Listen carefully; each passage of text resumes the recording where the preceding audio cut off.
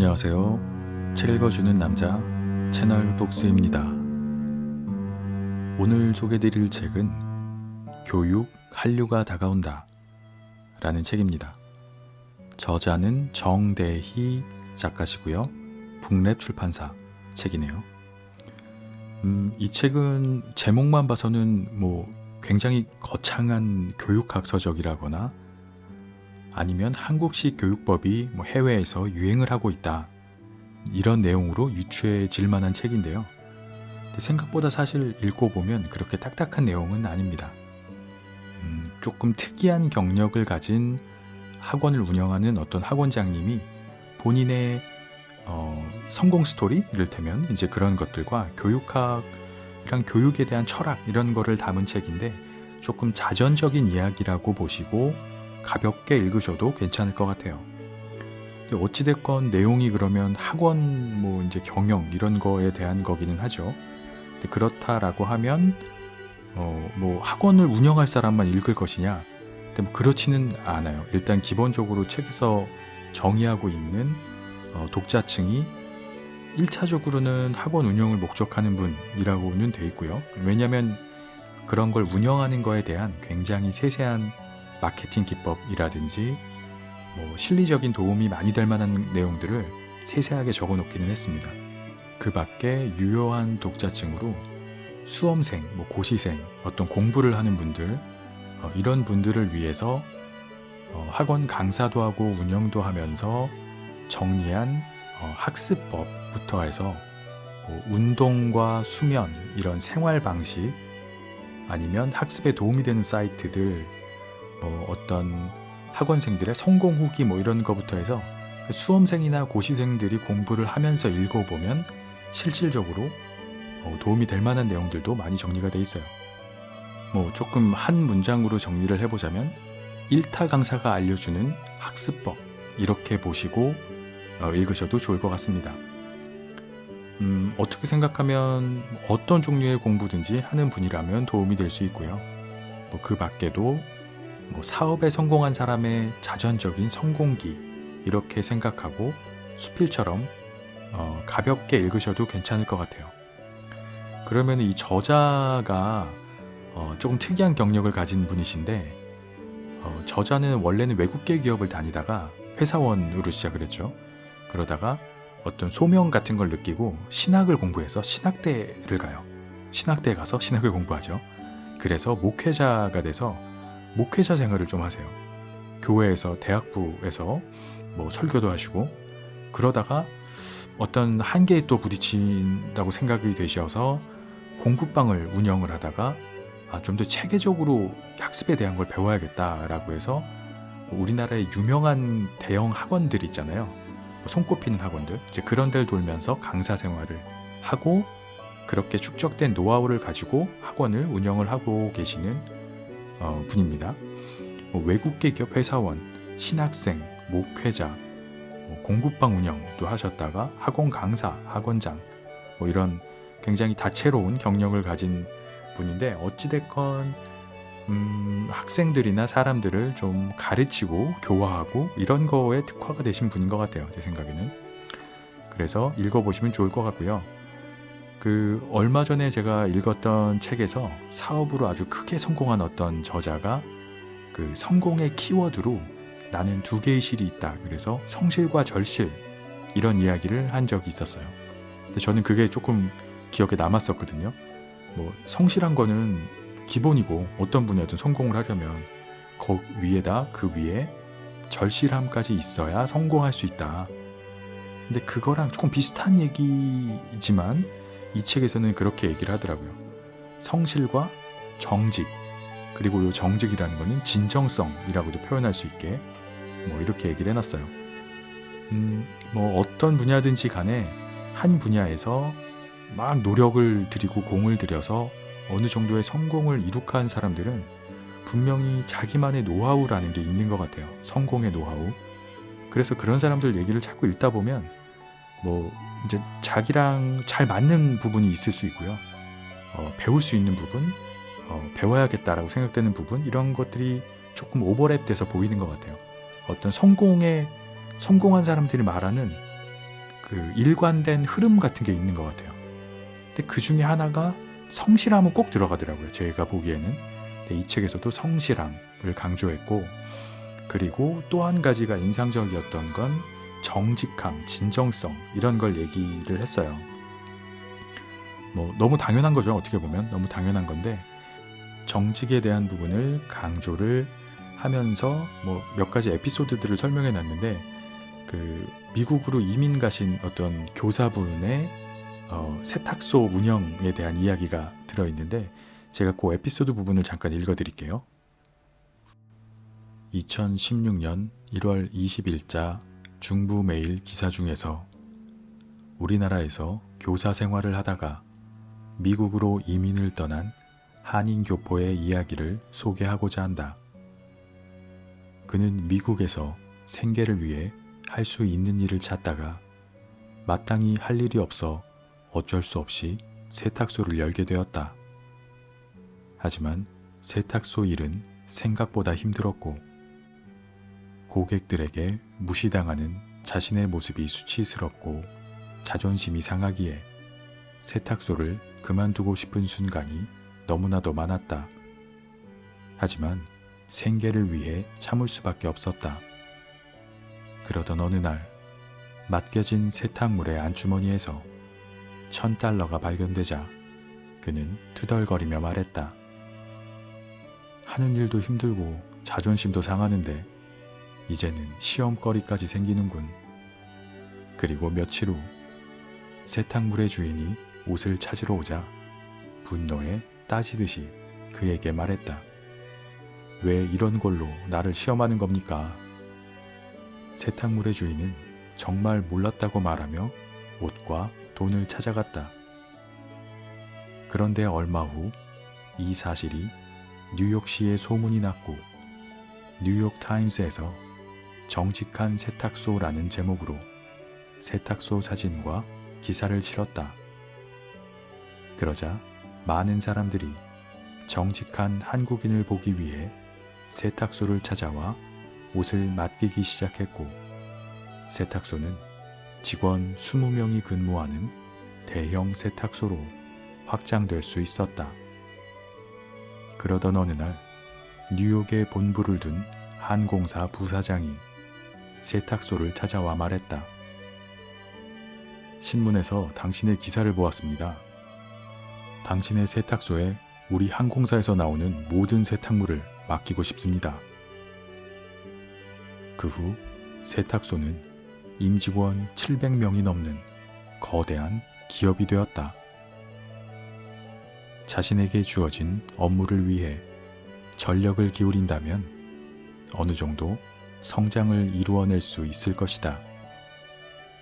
하지만 거기에 정직함을 더할 수 있다면 기회는 반드시 당신을 찾아내고야 말 것이다. 네, 뭐 이런 에피소드인데요. 사실은 조금 극적인 이야기긴 하죠. 뭐 굉장히 정직하게 굴려고 해서 된 거가 아닐 수도 있어요. 어떻게 보면 우연히 정직함이 빛을 발한 케이스일 수도 있지만, 기본적으로 정직함이라는 거는 무조건이다 이렇게 얘기를 하고 있는 것 같아요.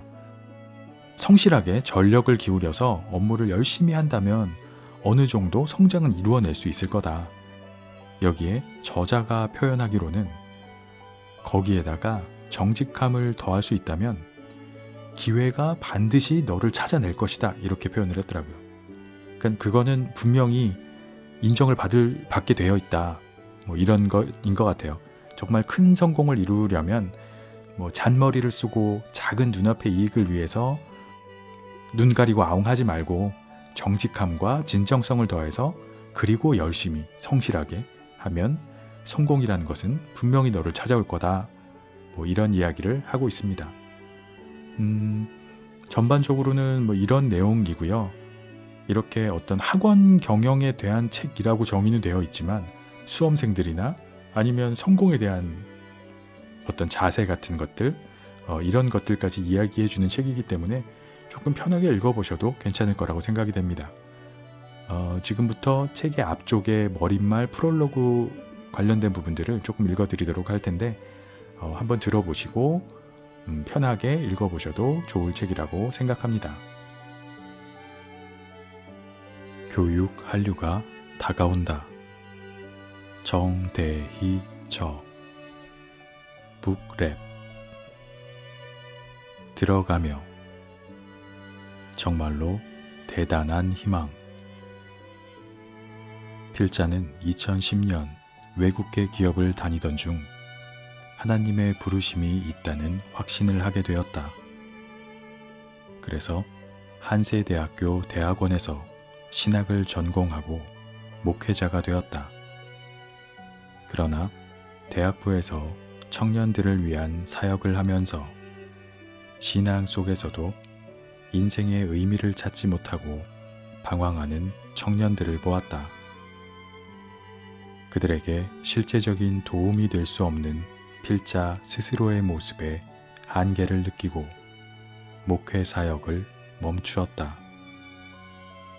내가 지도했던 청년들을 생각하면서 그들을 위해 내가 할 수 있는 일이 무엇인지 고민하다가 나도 그들 이상으로 방황하고 있었다는 사실을 깨닫게 되었다. 그리고 그때부터 나의 인생을 통해서 반드시 이루고 싶은 단 한 가지를 선택해야만 한다면 그것이 무엇일까 하는 성찰을 했다. 그러다 경기도 이천의 사립 명문고등학교 교사이셨던 아버지의 뒤를 이어 사람을 성장시키는 조력자가 되고 싶다는 비전을 품게 된다.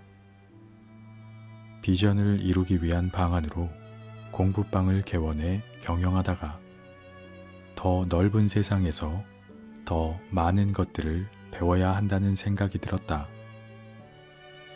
대한민국의 인류학원이라 불리는 5군데 학원에서 근무하면서 수험생들의 목표를 이루어주기 위해 헌신했고 함께 성장해 나가는 학원의 노하우를 배우며 기록하기 시작했다. 필자는 입시 및 공무원 학원에서 근무하며 수험생들과 상담하던 중 2세대의 젊은이들에게 필요한 것이 무엇일까를 고민하기 시작했다. 명확한 비전과 삶의 이유를 발견하지 못하는 제자들을 위해 의미 있는 인생을 위한 조언을 해주었고 사회적 책임에 대한 정의라는 개념을 통해 수험생들이 스스로 인생의 사명을 찾을 수 있도록 돕는 역할을 하고 있다. 교육 한류가 다가온다. 초격차 학원을 만드는 12가지 비결은 필자가 학원을 직접 경영하며 얻은 지혜, 그리고 필자와 인연이 있는 원장들이 학원을 성공적으로 성장시킬 수 있었던 이유와 마인드를 기록해 만들어낸 학원의 운영 원칙이다.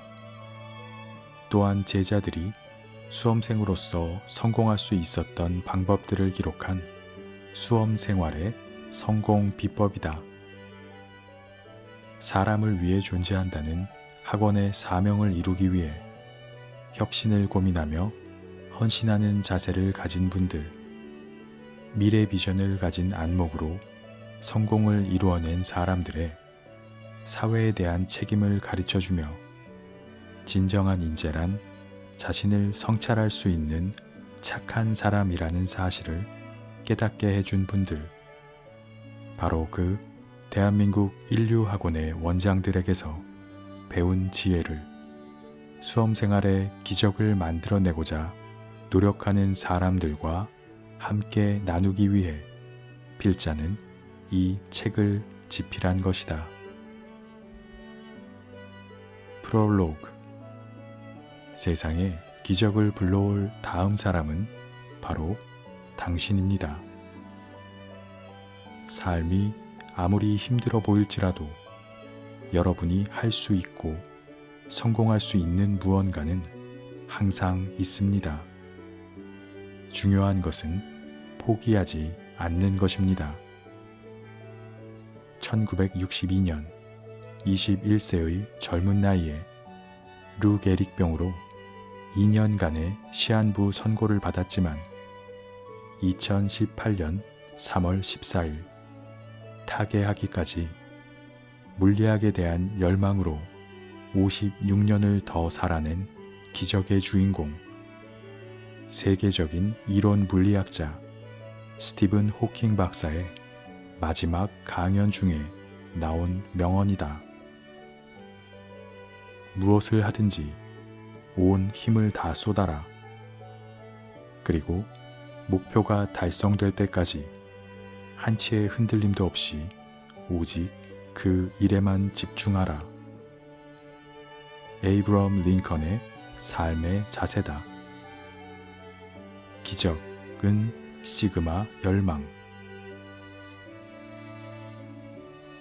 M사에서 수험생의 성공을 위해 만든 기적의 공식이다. 무엇을 시도할 만한 용기도 없으면서 멋진 삶을 바란단 말인가. S사에 걸려있는 빈센트 반 고흐의 명언이다. 될 때까지 간다. 제2사의 교육 철학이다. 무엇인가가 느껴지는가? 삶을 통해 무엇인가를 성취할 수 있었던 사람들은 자신의 삶의 목표에 대한 집념이 대단한 사람들이었다. 하지만 대중매체를 통해서는 이렇게 무서운 집념으로 목표를 이루기 위해 삶을 통해 헌신하며 살아가고 있는 그들의 마인드를 배울 기회가 별로 없었다. 대중매체를 통해서 보이는 사람들의 모습은 힐링에 열광하는 것 같았고, 사람들이 원하는 삶은 마치 모두 워라벨, 힐링, 위로, 휴식과 같은 단어들인 것 같았다. 가슴속의 목표를 이루기 위한 치열한 대가, 지불의 삶에 대한 내용들은 하나둘씩 사라지는 것 같았다. 그러한 대중매체 속 모습은 많은 사람들의 위로와 관심과 지지를 이끌어냈지만 성공에 다다를 수 있도록 지원을 받는 사람들은 소수에 불과했다. 결국 대중의 힘은 대단함에도 그들의 잠재력은 별로 발휘되지 않는 것처럼 보였다. 하지만 코로나 사태 이후 무엇인가 변화하는 것 같은 움직임들이 포착되었다.